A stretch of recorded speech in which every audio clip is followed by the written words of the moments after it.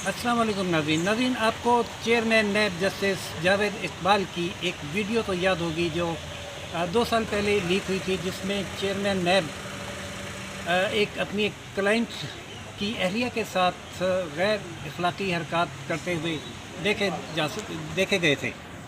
इस वीडियो पर बहुत शोर गुब्बार हुआ, मीडिया में बड़ी आवाज़ उठी, लेकिन बाद में इसको दबा दिया गया और ये कहा गया कि उनका ज़ाती मामला था। लेकिन जो जज होता है, जो पब्लिक ओहदे पर तैनात शख्स होता है, उसका कोई भी मामला ज़ाती नहीं होता, ख़ास तौर पर जब वो एक केस में उसकी क्लाइंट की अहलिया के साथ कमरे में कोई बदअखलाकी कर रहा हो तो उसको ज़ाती मामला करार नहीं दिया जा सकता। इसी के पेश नज़र चौधरी सईद एडवोकेट ने उनके ख़िलाफ़, उनके तकर्रुर के ख़िलाफ़ एक दरख्वास्त सुप्रीम जुडिशल कौंसिल में दायर की थी, जिसकी 2 साल के बाद आज पहली समाअत हुई और उस समाअत में यह तय किया जाना है कि क्या ये मामला सुप्रीम जुडिशल कौंसिल के दायरे अख्तियार में आता है या नहीं। क्योंकि चेयरमैन नैब को हटाए जाने का तरीक़ाकार वही है जो एक जज को हटाए जाने का तरीक़ाकार हो सकता है, यानी वो इल्ज़ामात और वो मिसकंडक्ट। लेकिन फ़ौरन क्या होगा, इस हवाले से कानून खामोश है कि क्या उसको सदर ममलिकत हटाएंगे या सुप्रीम जुडिशल कौंसिल। आज इस हवाले से बहसो मुबाहिसा हुआ और जब मिसाल दी गई राना बुलंद अख्तर साहब की, जो ऑडिटर जनरल थे, उनको सुप्रीम जुडिशल कौंसिल ने इसी तरह हटाया था, तो अटॉर्नी जनरल ने हुकूमत से हिदायत लेने के लिए मज़ीद मोहलत मांगी है, जो उन्हें दे दी गई। आज की क्या कार्रवाई रही, इसकी तफसीलात हम जानते हैं चौधरी सईद अख्तर साहब की ज़बानी। मुलाहिज़ा फरमाइए। बहुत शुक्रिया।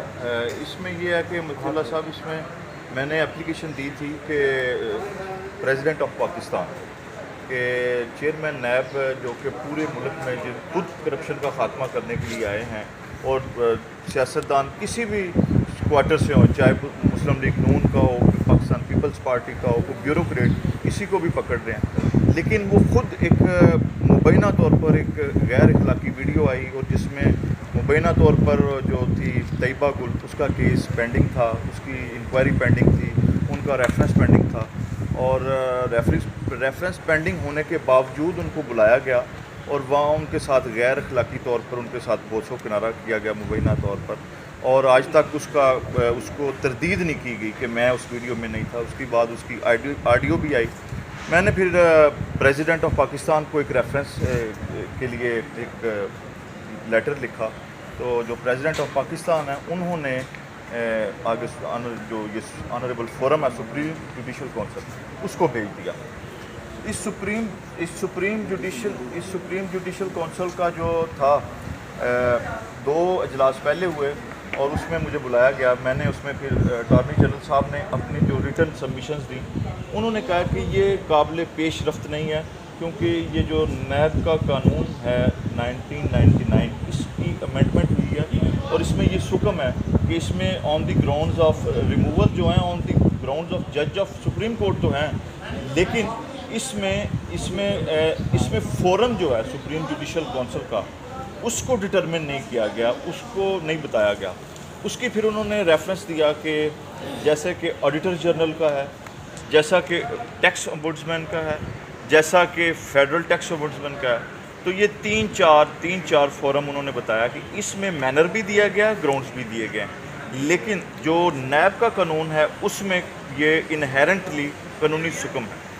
वो फिर आज की जो थी अटॉर्नी जनरल उस वक्त के जो थे कैप्टन रिटायर्ड अनवर मंसूर, उनसे भी पूछा गया, उन्होंने, मैंने बोला, उन्होंने रिटर्न जवाब दिया था ये जो के भी ये जो काबिल पेश रफ्त नहीं है। फिर उसका मैंने जवाब, उन्होंने ये ज़रूर कहा था कि सदर को ये इख्तियार हासिल है कि इल्ज़ामात वही हों जो हाई कोर्ट और सुप्रीम कोर्ट के जजों पे लगते हैं मिसकंडक्ट के या मेंटल इनकैपेसिटी, मगर सदर उन इल्ज़ामात पे खुद हटा सकता है, जुडिशल काउंसिल की ज़रूरत नहीं। ये उन्होंने नहीं कहा था। ये उन्होंने नहीं कहा था। उन्होंने कहा था कि इसमें सिर्फ ऑन दी ग्राउंड्स बताया गया, मैनर नहीं बताया गया, लिहाजा इसकी जो ये ऑनरेबल फोरम है, इसकी काबिल एक समात नहीं है। ठीक है। तो आज फिर जो मेरे फाजल थे अटॉर्नी जनरल, वो भी आए। उन्होंने कौन नाम बता दें, शुरा कौन थे आज के judicial council? Honourable supreme court के चीफ जस्टिस साहब थे, गुलजार अहमद साहब थे, फिर इस्लामाबाद हाई कोर्ट के अतर मिन्नल्ला साहब थे चीफ जस्टिस, और मशीर आलम साहब थे, जस्टिस मशीर आलम साहब, और 2 जो सीनियर जजेस थे ऑनरेबल सुप्रीम कोर्ट के, वो थे। अच्छा, इसमें अब फिर आज फिर उन्होंने यही कहा कि भी जो ये काबिल पेशरफ्त नहीं है, क्योंकि इसमें मैनर नहीं बताया गया कि सुप्रीम जुडिशल काउंसिल को बतौर फोरम नहीं बताया गया। जहाँ पर अटर्नी जनरल ने एक सवाल किया, एक सवाल का जवाब दिया जो जस्टिस अतर मिनल्ला साहब हैं, उन्होंने पूछा कि ये जो है असवंद वली यार खान जो केस था 2001 में, उसमें इसकी प्रपोज्ड अमेंडमेंट हुई थी। अमेंडमेंट क्या थी कि उससे पहले 1999 में था कि chairman NAB will remain in office till the player of president, लेकिन जो 2001 में जो असवंत वली यार केस था उसमें ये आ गई कि भी ये जो है ये एक डिस्क्रिशन मिल जाती है, और इस तरह जो डिस्क्रिशन देनी है वो मुनासिब नहीं है। तो उसमें ये कहा गया कि इसको, ये अल्ट्रा वायरस है, इसको चेंज किया जाए। आज बड़ी खूबसूरत बात की जो हेड कर रहे थे चीफ जस्टिस गुलजार साहब, उन्होंने ये कहा, तो इसका मतलब ये है कि उन्होंने सुप्रीम कोर्ट की जो डायरेक्शन थी उसको मनो अन नहीं माना, और इस बात की तायीद उन्होंने की, जो अतर मिनल्ला साहब हैं उन्होंने इस बात की तायीद की कि उन्होंने तो फिर ऑनरेबल सुप्रीम कोर्ट की जो जजमेंट है उसको माना नहीं, बल्कि खुद उसको कर दिया, अमेंड कर दिया अपने मर्ज़ी के मुताबिक। एक तो उसका 3 साल से 4 साल तक ओहदा बढ़ा दिया, और दूसरा उसकी on the grounds of supreme court की जज की तो बता दी, लेकिन उसको हटाने वाला फोरम जो कि उससे उसी के 2988 पेज पे है असवंत वली यार केस में, कि इसका हटाने वाला भी सुप्रीम जुडिशल काउंसिल होनी चाहिए, ये उस जजमेंट में है, लेकिन उसको इनकॉर्पोरेट नहीं किया बदनीति की वजह से। और लीडर किसने ये बदनीति की?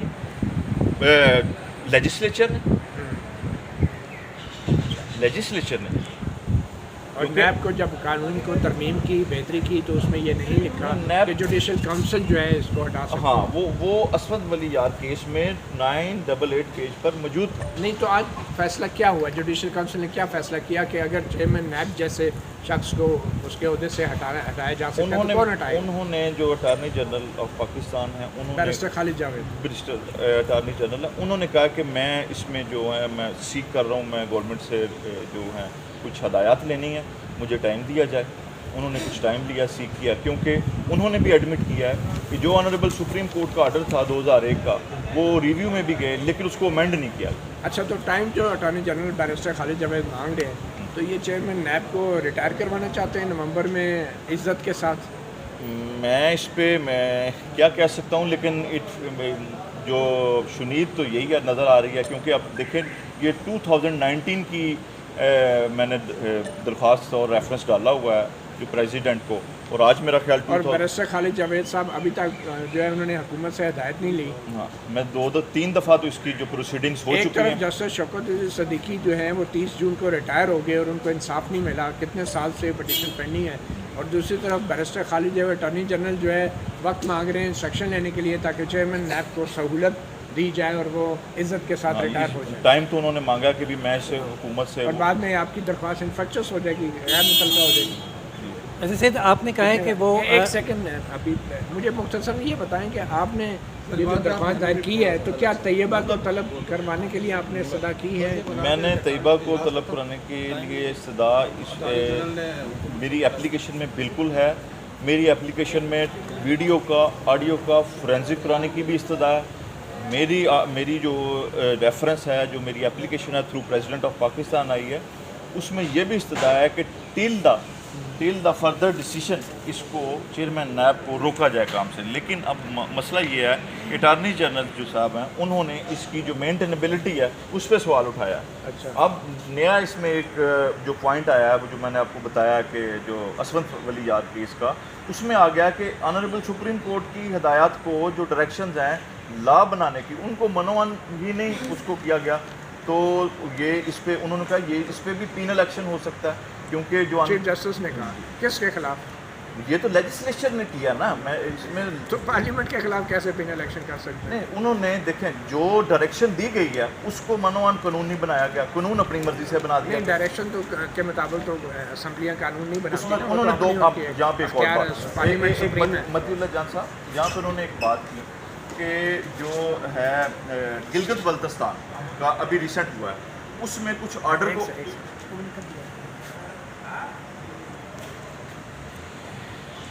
जी गिलगित बल्तिस्तान का था, जो गिलगित बल्तिस्तान का था उसमें इलेक्शन में उन्होंने कुछ चीज़ें करवानी थी, उन्होंने रीमॉडिफाई करवाने के लिए एप्लीकेशन दी रिव्यू की, मतलब ऑर्डिनेंस जारी किया जाए। ऑर्डिनेंस जारी किया और उसको बाकायदा ऑनरेबल सुप्रीम कोर्ट की इजाज़त से करवा कर फिर वो आगे गए।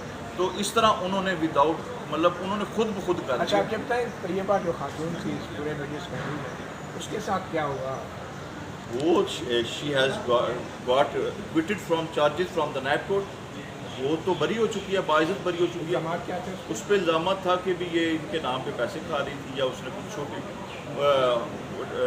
10 मिलियन की करप्शन था, हालांकि 10 मिलियन की करप्शन नैब की कॉग्निजेंस में नहीं आती। तो आपके ख्याल में इस तरह का मुकदमा चेयरमैन नैब ने क्यों दायर किया? बस इसमें देख लें, ड्यूरिंग इंक्वायरी उनको बुला के अपने मुबैना तौर पे वो वीडियो बनी, ऑडियो लीक्स हुई इतने, लेकिन देखें मेरा यहाँ पे जो कंटेंशन थी, जो मेरे आर्गूमेंट्स थे कि एक ऑनरेबल जो ये फोरम है, ऑनरेबल जज ऑफ हाई कोर्ट, ऑनरेबल जज ऑफ सुप्रीम कोर्ट, ये इतना बड़ा एक स्टेचर होता है, अगर वो जज साहबान के ख़िलाफ़ इस तरह उंगली उठाई जाए, वेदर इट इज़ पॉसिबल कि वो अपनी सीट पे बैठ सकें। तो इसी तरह ये तो एक बहुत बड़े उहदे से आए थे, तो क्या ये क्वेश्चन मार्क नहीं है उनके उहदे पे कि क्या वो काम कर सकते हैं? अच्छा, आखिर में कहते हैं barrister Khalid Javed attorney general है, आपके ख्याल में एक मशकूक शख्सियत के किरदार के हामिल जस्टिस डॉक्टर जावेद इकबाल को ताक़त देने की कोशिश कर रहे हैं? ये जो टाइम मांगा है, ये तो नहीं मैं कह सकता, लेकिन उन्होंने स्पेसिफिकली कहा कि मैं हुकूमत से मैं करके मशावरत करके फिर मैं इस ऑनरेबल